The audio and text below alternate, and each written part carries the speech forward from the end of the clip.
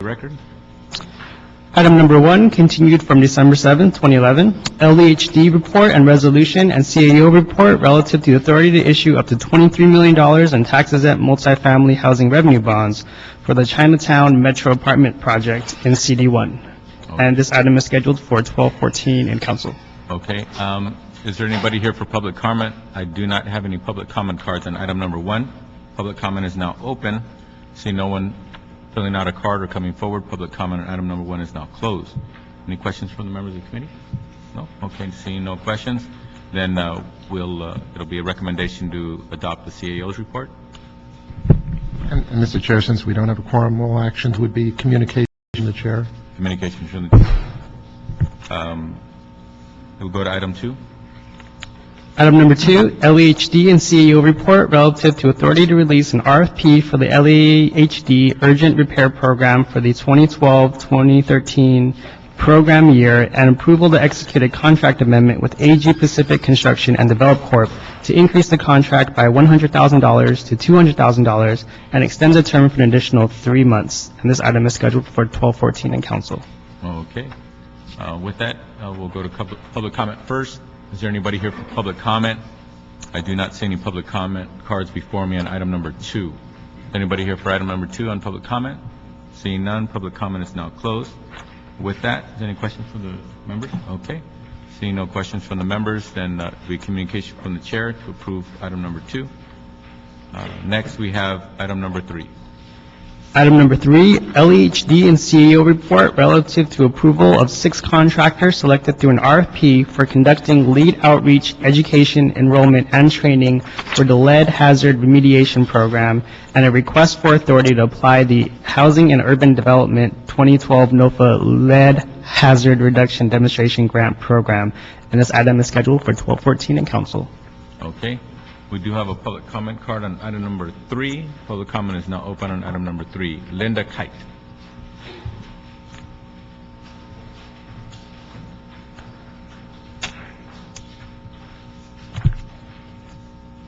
I just want to thank the committee for really including the community-based organizations. I understand that, unfortunately, we went from 8 community-based organizations to 4, so we've had to downsize the program.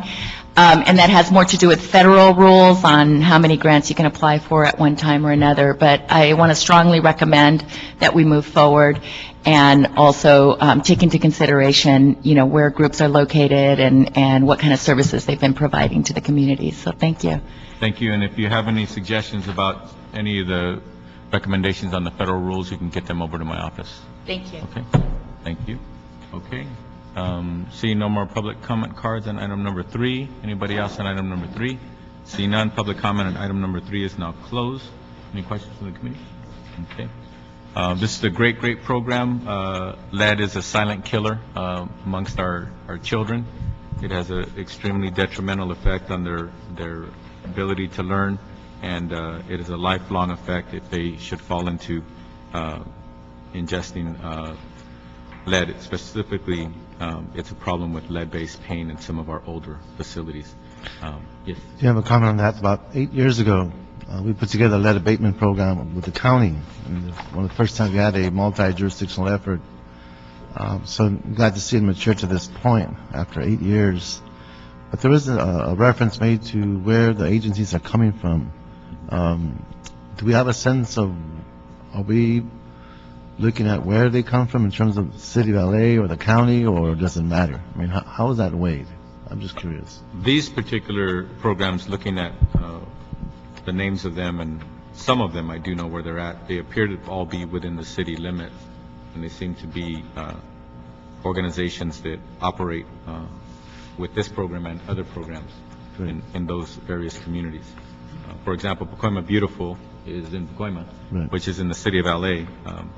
And they serve mostly the northeast end of the valley. Not exclusively, but mostly. So that's a perfect example of someone who not only is in the valley, but they actually emanate out of the most economically challenged part of the valley. Yeah, and the housing stock there is pretty old, so it has a lot of lead in there. So, Exactly. yeah, that's right. It was in 1978 that lead was, by law, lead was not allowed to be put into paint anymore. But this is about the previous layers of paint that were actually put on these properties before then. Okay. And also, I was very happy to support and work on and lead the charge on some of the lead-based paint programs that were funded by the state about a dozen years ago, and it seems like they're continuing even during these tough times. Okay. All right. With that, item number 3, the recommendation to approve the CO report recommendation of the chair. And next, we go to item number 4. Item number 4, CRA report and resolution and CALA report relative to adopting findings in accordance with Health and Safety Code Section 33445 for the expenditure of an amount not to exceed $1 million for CRALA funded improvements to the city-owned Warner Grand Theater in the Pacific Corridor redevelopment project area and related actions. Okay. Thank you. First, we'll go to public comment. Is anybody here for public comment on item number 4? I do not have any public comment cards on item number 4 before me. Anybody want to come forward on public comment on item number 4? Seeing none, public comment on item number 4 is now closed. With that, are there any questions from the members? No. Okay. And those funds are from that particular project area. Just note that. So with that, it will be communication from the chair to approve that item, that report. Now we go to item number 5.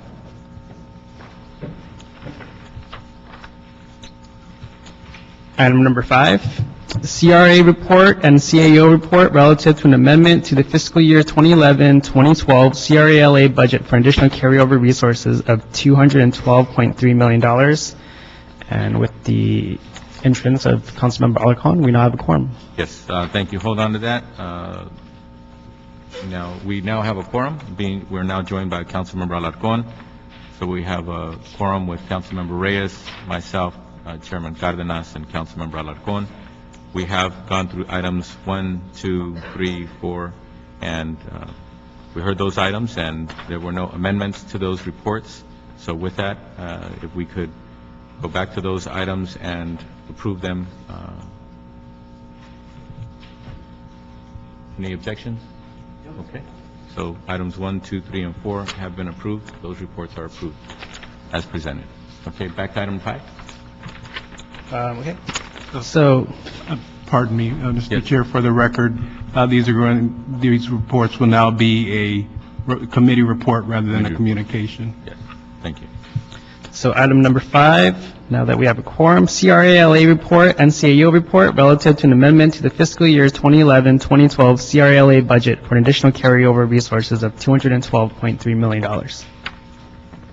Okay. Can we have, coincidentally, no public comment cards. We'll go to public comment first. Anybody here on item number 5 for public comment? Okay, public comment is open on item number 5. Seeing no one come forward, public comment is now closed on item number 5. Can we have the CRA staff come forward? CEO staff as well?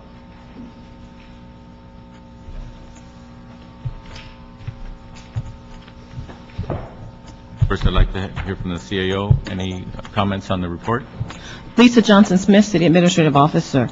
The agency requests authority to amend its budget by $212 million in prior year carryover. This will increase its budget from $459 million to $671 million. The agency also requests to unencumber $2.7 million in VARP payments to the state of California and reprogram those funds into an agency general revenue reserve account. On August 12, 2011, the city appealed the size of the remittance payment. The city won the appeal on one reason and was denied the appeal on the second reason, but the end result was that the city was able to decrease the remittance payment to the state by $1.9 million. The agency's budget currently has $97.3 million set aside in funds for the remittance payment. As a result of the appeal, the new payment for the agency is $94.5 million. Therefore, the agency requests to release the $2.7 million in savings. The $2.7 million in savings represents $1.9 million in general revenue reserves, and $800,000 in tax increment funds. And what this agency is proposing to do is swap out the $800,000 in tax increment funds that was released from the VART payment with general revenue funds from other items that are currently in the agency's budget that use general revenue funds. If the swap is approved, the total $2.7 million set aside will all consist of general revenue funds. Additionally, the agency brought to our attention that a over-allocation had occurred in their 10-11 budget. The first time for the 10-11 budget, the agency had a total of $11.5 million in general revenue new resources. And of that amount, $2.9 million came from the Cal Plaza leases and parking lot rental income. In March 2011, those properties were transferred to the city, and as a result, that lease revenue was transferred to the city and no longer belonged to the agency. However, these funds had been committed for uses within the agency budget. On July 13th, the council approved a motion reallocating a total of $750,000 to different purposes in the agency's 2010-11 budget. This resulted in a double counting of a total of $750,000 in funds in the general revenue funds. Therefore, the agency proposes to use $750,000 of the $2.7 million of the general revenue reserve account they're proposing as a way to correct that problem. It should be noted that both of these two allocations did receive council and agency board approval. So if approved, the agency general revenue account would be approximately $2 million. And it should be noted that both that allocation of funds to any uses in the agency budget would require council and agency board approval. Our office recommends approval of the agency's carryover report. Okay. One of the things I'd like to get clarity from the department is, what is the status right now of CRA and reallocating funds? Do we have any limitations or what have you on reallocation of funds? Because we're in a hold pattern, aren't we? I mean, hold pattern isn't a legal term, but basically with what's going on with the state legislation, the fact that the state legislation has been enacted by the state. However, we are going through litigation, and we took some major actions by the council during that interim process in anticipation of state legislation, and but now we're in the gray area. So within that gray area, for example, what's left of the 1.9 of the 2.7 million filling, should we responsibly backfill that double count, then with the 1.95 million, what are our options of utilizing those funds policy-wise? Or what are not our options as well? Tony Serino, Special Assistant to the CFO. Pull the mic a little closer to you. I'm sorry. Tony Serino, Special Assistant to the CFO. The general revenue funds can be allocated to any project area. The restriction under based on the California Supreme Court injunction limits us into, we're unable to enter into new contracts, but there's no restriction in budgeting money, so we're able to allocate the funds any way that the council would like, but we could not enter into a contract at this time until there's a...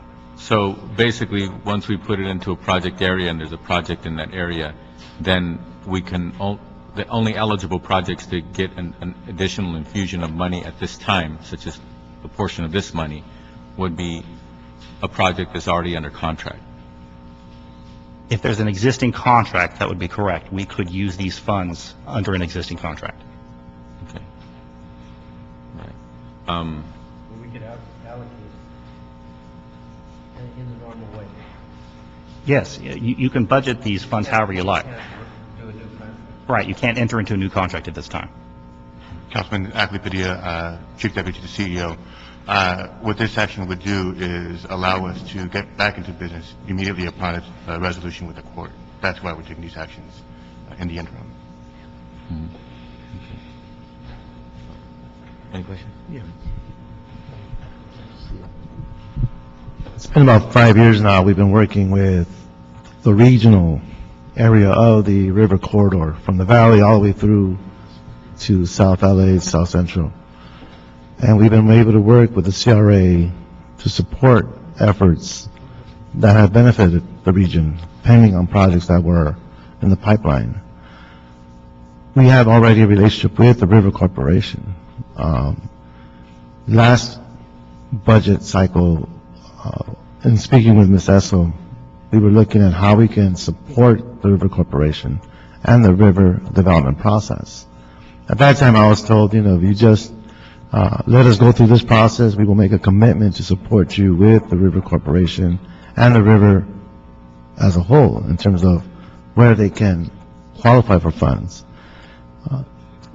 To isolate and identify funds from this amount that has been identified in this report, we do have the flexibility to identify a portion of this fund so that we can continue doing river work.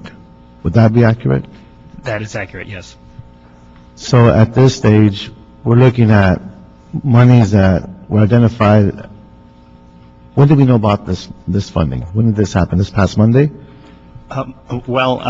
To explain the source of these funds, and it's actually in the report. Yeah, I read the report. I just want to know, when did we learn about it? When did we know we had this flexibility? This was done as part of the carryover. So when we found out that... About the 2.7? Right. Yeah. So 2.7 when we appealed to the state. Right, when we appealed and we had a reduction in the obligated expenses against the VARP, the voluntary payment to the state, and that was a couple of months ago, we learned that we would actually have a net savings. And so as part of the carryover amendment, we wanted to recognize that savings and then take the opportunity to convert those funds into release general revenue funds that had been pledged against the VARP commitment to the state. Just to add to that, Lisa Johnson-Smith, attachment 1 of the report is the letter from the Department of Finance, which is dated October 14th, and it explains the response to the appeal and the reduction of the payment, of the remittance payment.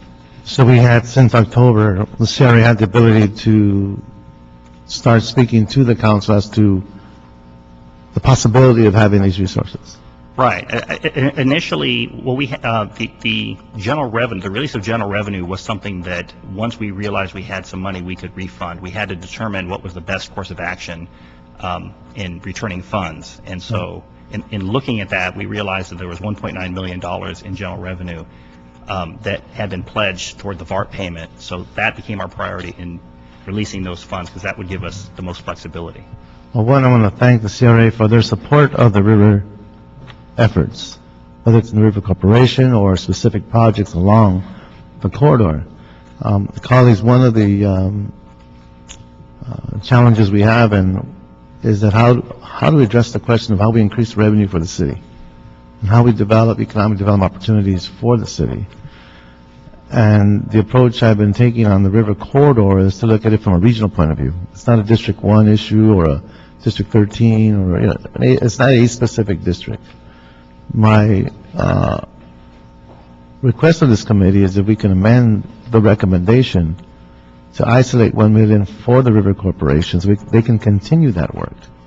And I would ask for your support. If not, I can submit it as a minority report. But that's something I wanted to put on the table. It's awkward to do it like this because we're learning in the very last minute about this effort. It's going to go to council. So I would rather put this on the record and be very transparent about it. And move in that direction. It's not to say that we don't have commitment from the CRA. You have demonstrated that in the past.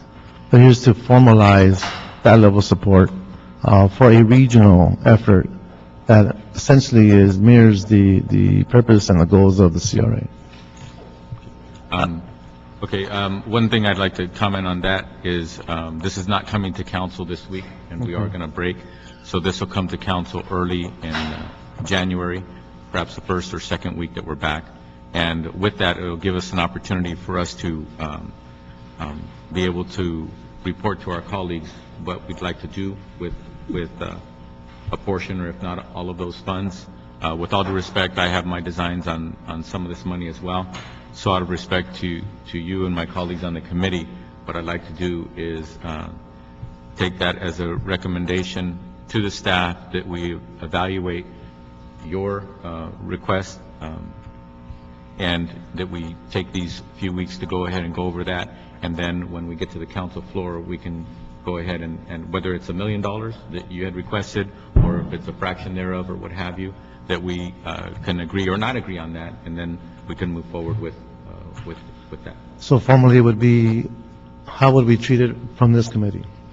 From this committee, that we accept the report, that we approve the report, and also ask the staff to work with the chairman and Councilmember Reyes or any other members of the committee to discuss any other options for that money, so that by the time we get to council, we can go ahead and make that recommendation specific, and then we can go ahead and vote on it on the council floor. So,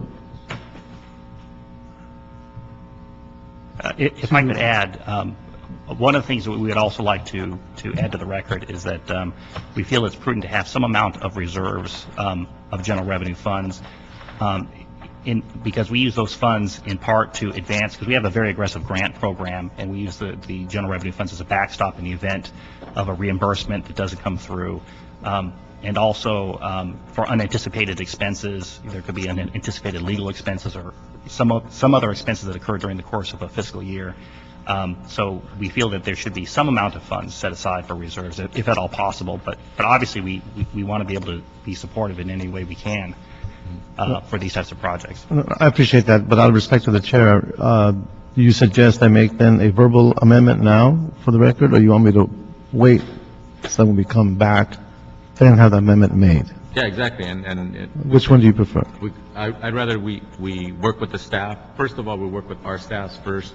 We look at what we have, and then we talk to CRA about, communicate with CRA about what we want to do as policymakers with that money, and then we'll decide what our motion is on the floor, and exactly the amount as well. So I'll hold back on my verbal amendment. Our staffs will talk to each other, and then we can move I forward. All appreciate right. that, because the thing is, there are some projects that are short in my district. I'm sure there are some in Alarcon's, and like you said, this is somewhat new news to all of us. Right. And so what we're trying to do is be respectful and not over ask for certain funds in case, for example, say I wanted to put some money into a project that's short and it's underway, it's under contract, it's not a new contract, but I don't want to go ahead and do that without verifying first that those funds can be used for that project. You get what I'm saying? I am a team player here. We'll work together, we'll make this happen, we'll make this work, and, but I do want to make sure we don't lose sight of the priorities for the whole region as it impacts the whole range of districts. That's good. What's the timing? What would be the timing on, any ideas when we would get a better idea of when we could, so we could actually allocate money for the purpose that Tony just described, but, And Mr. Reed. huh? Yeah, but. Either way. But when would we be able to actually release it? Are you getting any sense? The courts, it's like an honor before announcement by the court. Before January 15. Oh, okay. By the 15th. Yes. Yeah. Okay, great.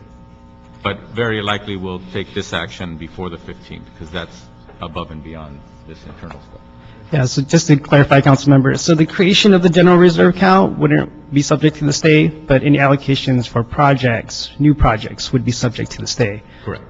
But it appears that the one that Councilmember Reyes is talking about would not be a new project, because the CRA has already identified it as an ongoing effort on behalf of CRA and funds, correct? That's correct. Okay. So it does fall within, But if it required a contract amendment, Yeah. then that would be subject to the stay, yeah. Yes, if there's a contract amendment, it would have to occur after the court ruling. But that would be part of the discussion we would have with your respective offices. okay, all right. So we'll probably have a meeting with the three of our offices and anybody else who'd like to join. Thank you very much. Any other comments on the report? Okay, any more questions from the committee members? Okay, seeing no more questions from the committee members, we are concluding item number 5. If there are no objections, we'll approve the CAO report with the recommendations to the staff that we do concur those meetings prior to it arriving on the council floor. And just so we know, our objective is to have it on the floor before the 15th. So are we in full council, what, from the 4th on, I think? Yes. Yeah, from the 4th on. Richard? So, The first meeting in council would be January 3rd, Tuesday, 2012. okay, I- so we'll communicate with the president's office, well, the new president by then, and request that they schedule it for the 4th of January. Okay. That should give our staff enough time to go through all this. Okay. Thank you. Okay. Okay, so that's approved. Is there anybody here for general public comment? Anybody here for general public comment? Seeing and hearing none. General public comment is now closed. With that, this committee is now adjourned. Just make sure